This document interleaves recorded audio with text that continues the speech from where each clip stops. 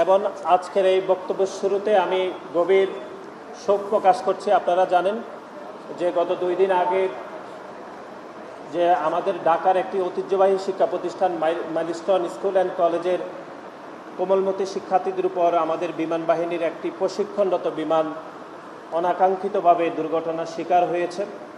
সেই দুর্ঘটনায় আমাদের কোমলমতি শিক্ষার্থী, স্কুলের শিক্ষক, শিক্ষিকা এবং একজন পাইলটও শহীদ হয়েছেন। আজকের এই আয়োজন থেকে বাংলাদেশ জাতীয়তাবাদী ছাত্রদল, কেন্দ্রীয় সংসদ এবং রাজশাহী বিশ্ববিদ্যালয় শাখার পক্ষ থেকে আমি গভীর শোক প্রকাশ করছি। যারা শহীদ হয়েছেন তারা যেন আল্লাহ পূর্ণ জান্নাতবাসী করেন এবং যারা অসুস্থ হয়েছেন তাদের সুচিকিৎসার জন্য সরকার যেন ব্যবস্থা গ্রহণ করে, আমরা সেই দাবি জানাচ্ছি।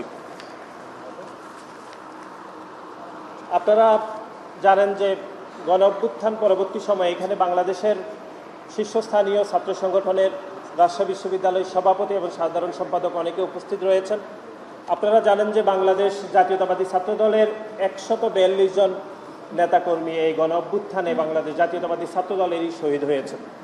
কিন্তু অত্যন্ত দুঃখের বিষয়, 5 আগস্ট পরবর্তী সময়ে যে বাংলাদেশে 3 দিন বাংলাদেশে কোনো সরকার ছিল না, অর্থাৎ 5 তারিখ, 6 তারিখ, 7 তারিখে এক ধরনের প্রোপাগান্ডা করা হয়েছে বাংলাদেশ জাতীয়তাবাদী ছাত্রদলের নামে। আপনারা জানেন যে 0% কন্ট্রিবিউশন, 100% সেলিব্রেশন, এরকম একটি স্লোগান জুড়ে দেওয়া হয়েছে বাংলাদেশ জাতীয়তাবাদী ছাত্রদলের নেতাকর্মীদের নামে। আজকের এই আয়োজন থেকে আমরা আপনাদেরকে স্মরণ করে দিতে চাই জুলাইয়ের 16 তারিখ, যেদিন শহীদ আবু সাইদ সকালে রংপুর বিশ্ববিদ্যালয়ের মেধাবী শিক্ষার্থী আমাদের ভাই যেদিন শহীদ হয়েছেন, তার ঠিক একটু পরেই আমরা খবর পেয়েছি আমাদের সহযোদ্ধা, আমাদের ভাই ওয়াসিম আকরাম চট্টগ্রাম কলেজের আহ্বায়ক কমিটির সদস্য, তিনি শহীদ হয়েছেন। শহীদ ওয়াসিম আকরাম জানতেন যে তিনি খুনি হাসিনার রেজিমে যদি চাকরির পরীক্ষা দেন, তিনি যদি উত্তীর্ণ হতেন, তিনি কখনোই চাকরি পাবেন না, এটা তিনি জানতেন না? তাহলে তিনি কেন তার সামাজিক যোগাযোগ মাধ্যমে তিনি স্ট্যাটাস দিয়েছিলেন যে চলে আসুন 16 শহরে? তিনি একা আসেননি, হাজার হাজার মানুষকে তিনি আহ্বান করেছিলেন। সে আহ্বানে সাড়া দিয়ে হাজার হাজার মানুষ চট্টগ্রামের মুরাদপুরে সেই ছাত্র জনতার গণ অভ্যুত্থানে অংশগ্রহণ করেছিল।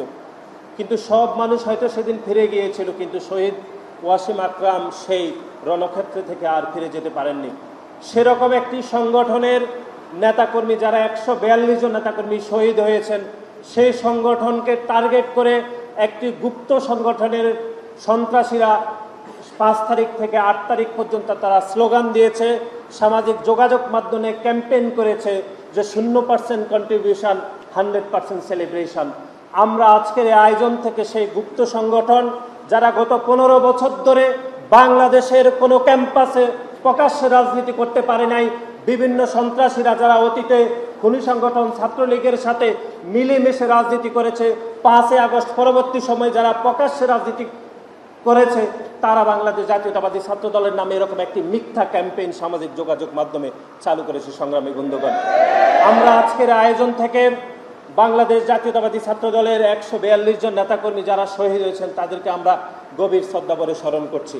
একই সাথে বাংলাদেশের অন্য অনেক ছাত্র সংগঠন তাদের সাধ্যমতে এই প্যাসিবাদের বিপক্ষে তারা আন্দোলন সংগ্রাম করেছে। সে আন্দোলন সংগ্রাম করতে গিয়ে অনেকেই শহীদ হয়েছেন। এখানে আজকে যে ছাত্র সংগঠনগুলোর সভাপতি, সাধারণ সম্পাদক রয়েছেন, তাদের শীর্ষ নেতৃত্বরা আমাদের গত 15ই জুলাই ঢাকা বিশ্ববিদ্যালয় টিএসসিতে আমরা একটি প্রোগ্রাম করেছিলাম। সেই প্রোগ্রামের নাম ছিল গণ অভ্যুত্থানের বাক বদলের দিন। এই প্রোগ্রামের প্রেক্ষাপট ছিল, আপনারা জানেন, 14 তারিখ খুনি হাসিনা একটি সংবাদ সম্মেলন করেছিলেন, যে সংবাদ সম্মেলন থেকে তিনি ঢাকা বিশ্ববিদ্যালয় সহ বাংলাদেশের যে সকল শিক্ষার্থীরা কোটা সংস্কারের দাবিতে আন্দোলন করছিল তাদেরকে রাজাকারের নাতি পুতি বলে ঘোষণা দিয়েছিলেন। তারই প্রতিবাদে ঢাকা বিশ্ববিদ্যালয়ের শিক্ষার্থীরা 14 তারিখ রাজু ভাস্কর্যের সম্মুখে তারা প্রতিবাদ করেছিল।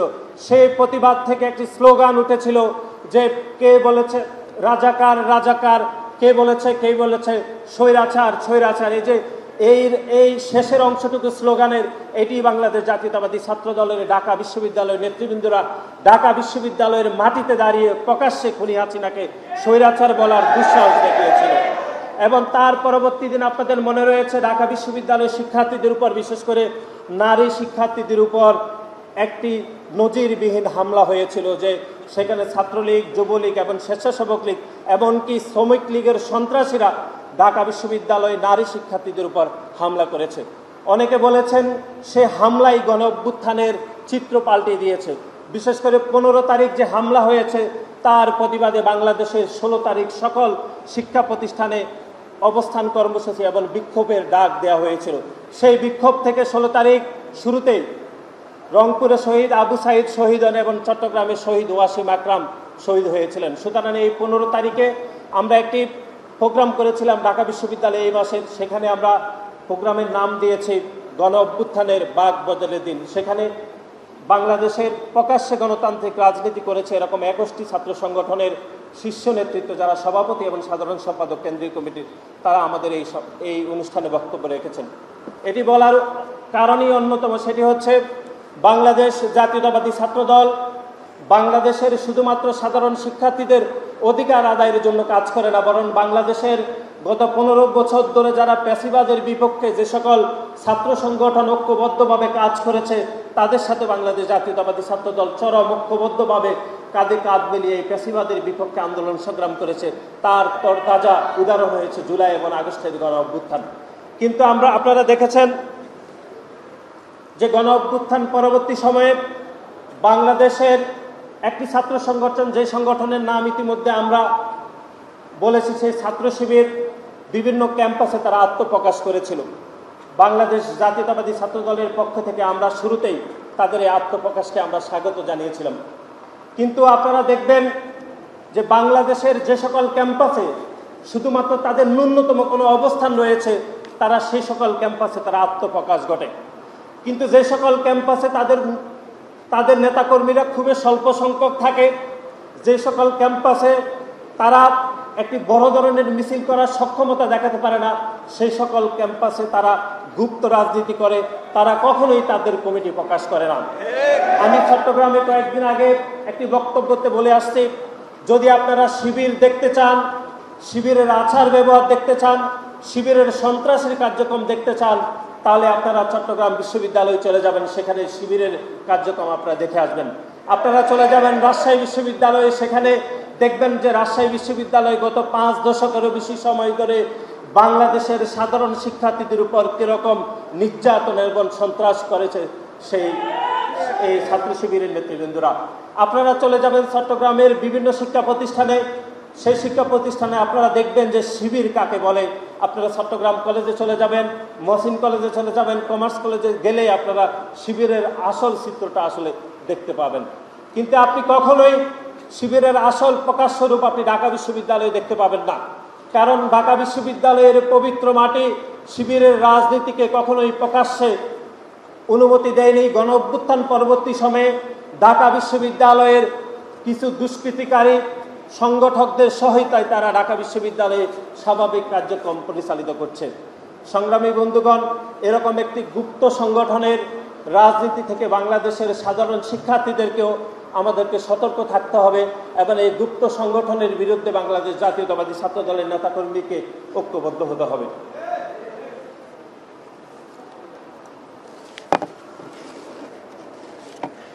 আপনারা দেখেছেন যে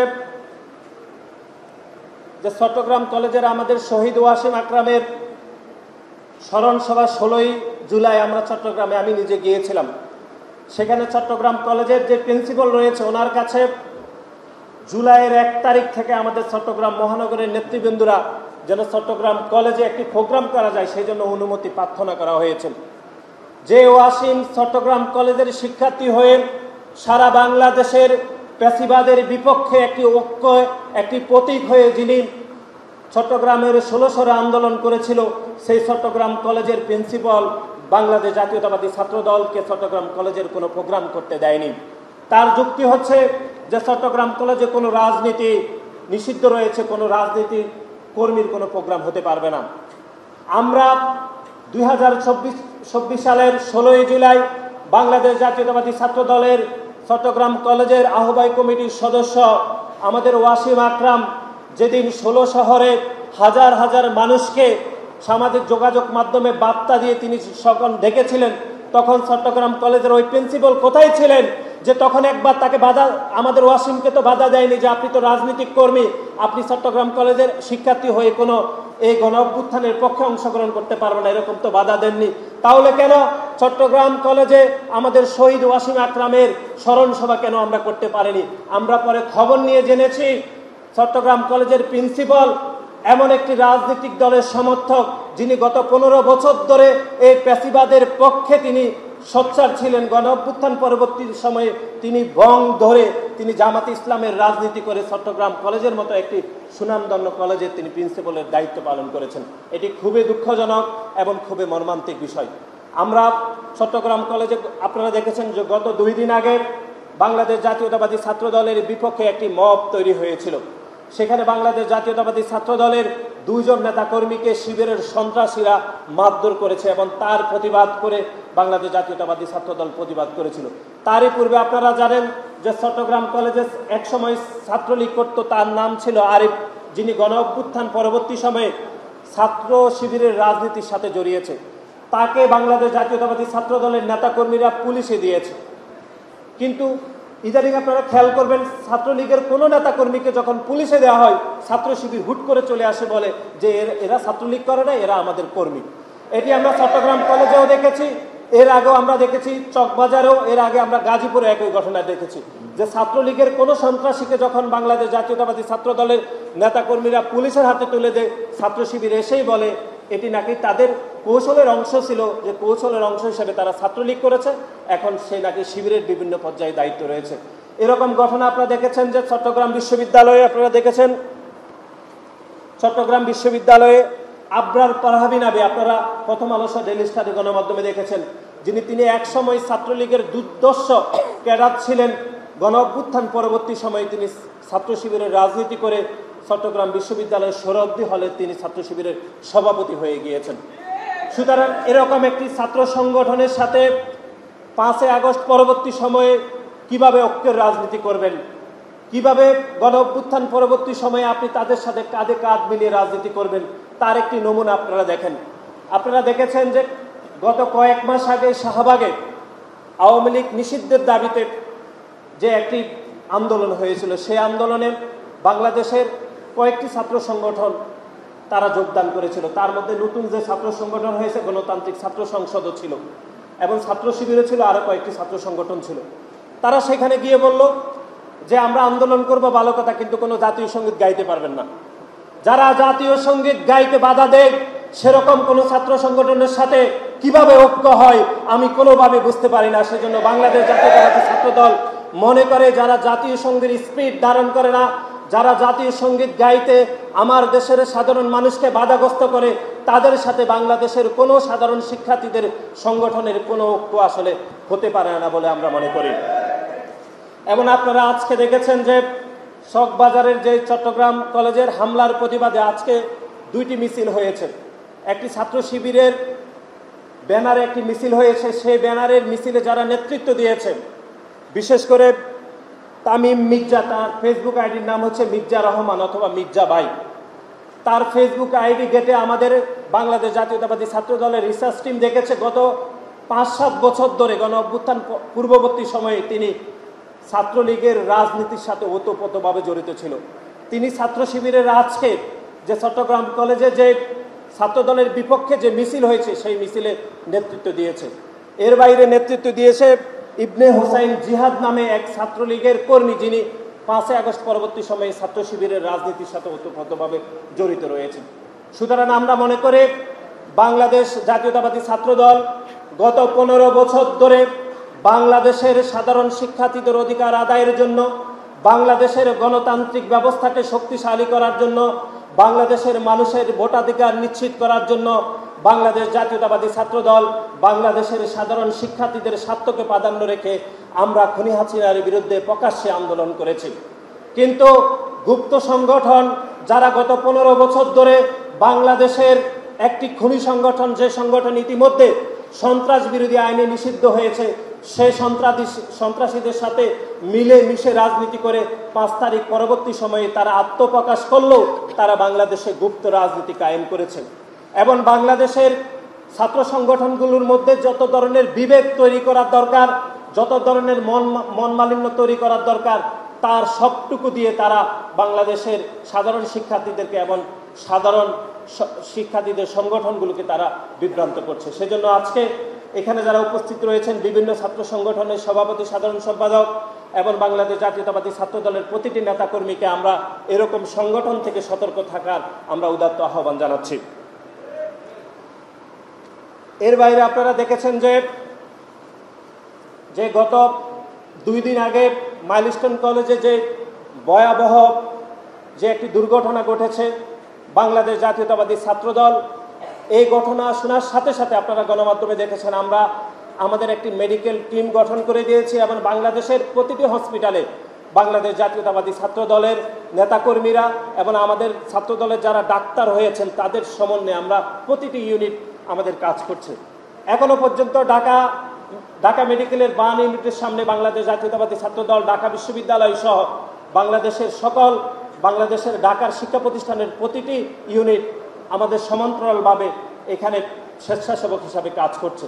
কিন্তু আমি একটু আগে এখানে ফেসবুকে আমি ইউজ করছিলাম, সেখানে ছাত্র শিবিরের এক নেতা সামাজিক যোগাযোগ মাধ্যমে তিনি স্ট্যাটাস দিয়েছেন যে কোন অভিভাবক নাকি ছাত্র শিবিরের ওই সন্ত্রাসীকে বলেছে যে আমরা শুধুমাত্র ছাত্র শিবিরের নেতাকর্মীদের থেকে রক্ত নিব, অন্য কোনো ছাত্র সংগঠন থেকে রক্ত নিব না। এরকম সামাজিক যোগাযোগ মাধ্যমে স্ট্যাটাস দিয়ে এরকম একটি অনাকাঙ্ক্ষিত ঘটনা, এরকম একটি দুর্ঘটনার স্পিরিটকে তারা নষ্ট করছে। সংগ্রামী বন্ধুগণ, এরকম এই সন্ত্রাসী সংগঠন, এরকম প্রোপাগান্ডা করা সংগঠন থেকে আপনারা অবশ্যই সতর্ক থাকবেন।